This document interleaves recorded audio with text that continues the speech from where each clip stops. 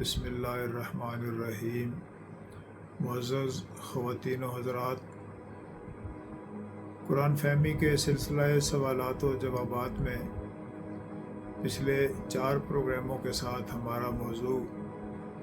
سورہ البقرہ کی آیت نمبر 83 چل رہا ہے، جس میں یہ ارشاد ہوا کہ ہم نے بنی اسرائیل سے میثاق لیا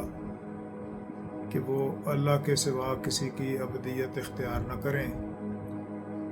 والدین کے ساتھ حسن سلوک کا رویہ رکھیں، اقربا کے ساتھ حسن سلوک کا دائرہ بڑھایا جائے، معاشرے کے محروم طبقات یتامہ اور مساکین کے ساتھ بھی حسن سلوک کو برقرار رکھا جائے تاکہ اللہ کی عبودیت میں داخل ہونے کا جو پروگرام ہے اس کی یہ جزئیات ہیں یہ پوری ہو سکے۔ آج کے پروگرام کے اندر اسی آیت کا جو یتامہ اور مساکین کے بعد کا حصہ ہے وہ وَقُولُوا لِلنَّاسِ حُسْنًا، اور لوگوں کے ساتھ اچھی بات کیا کرو، یا حسن سلوک کا دائرہ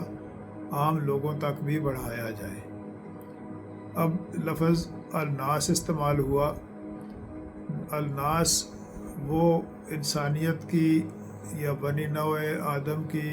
وہ کروڈ فارم ہے جس میں کالے، گورے، عربی، اجمی، مسلم، نان مسلم،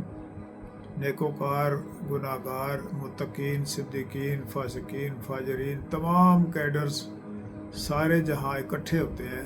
وہ کریوڈ فارم ہے جو انسانیت کی، اسے الناس کہا گیا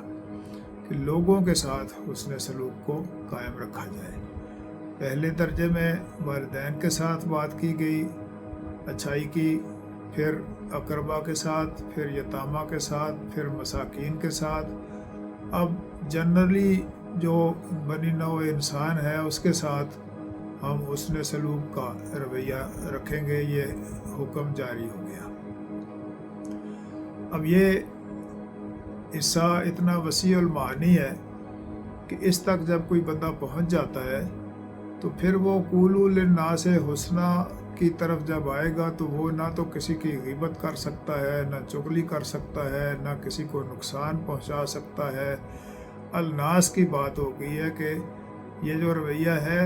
اب عام سب لوگوں تک جو حسن سلوک ہے وہ بڑھا دیا جائے۔ تو سب لوگوں کے ساتھ جب حسن سلوک کو بڑھایا جائے تو پھر کسی کے ساتھ بھی ہماری مخالفت یا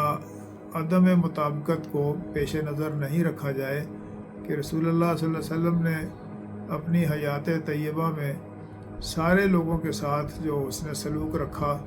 اس میں کسی کافر، فاسق، فاجر یا مسلم کی آپس میں تفریق واقعہ نہیں کی۔ تو یہ جو قولوا للناس حسنا ہے،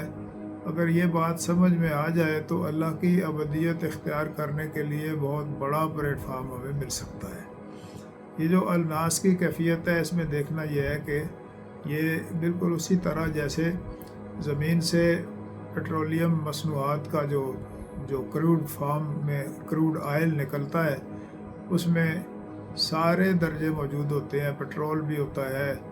ہائی آکٹین بھی ہوتا ہے، ڈیزل بھی ہوتا ہے، یا اس کی باقی جو پروڈکٹس ہیں، بائی پروڈکٹس، وہ ساری کی ساری جس میں ہوتی ہیں وہ کروڈ آئل ہوتا ہے۔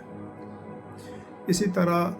انسانیت کی جو کروڈ فارم ہے وہ الناس ہے۔ اس میں متقین بھی ہوں گے، صالحین بھی ہوں گے، فاسقین بھی ہوں گے، کاذبین بھی ہوں گے۔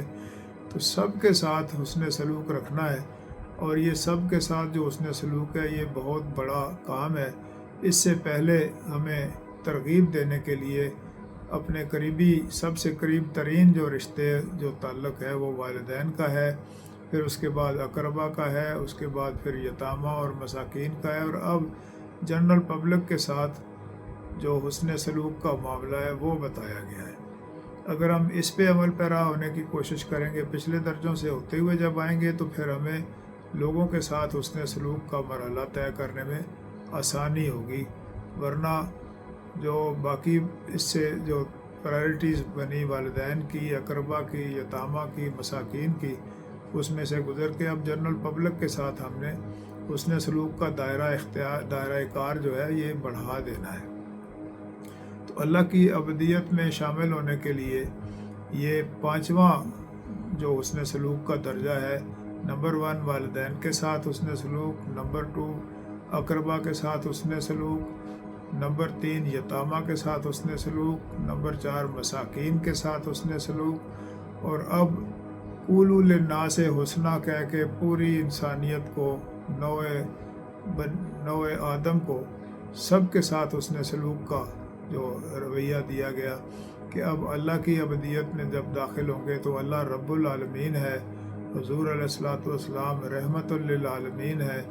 تو اللہ کے بندے کو اور حضور کے ماننے والوں کو بھی ساری مخلوق کے ساتھ عالمین کے لیے جو ربوبیت کا نیٹ ورک ہے وہ، اور عالمین کے لیے جو رحمت کا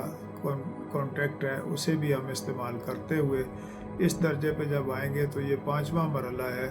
اللہ کی ابدیت میں داخل ہونے کے لیے عام لوگوں کے ساتھ، سب کے ساتھ حسن سلوک کا رویہ رکھا جائے، تو پھر ہم اللہ کی ابدیت میں داخل ہونے کے لیے یہ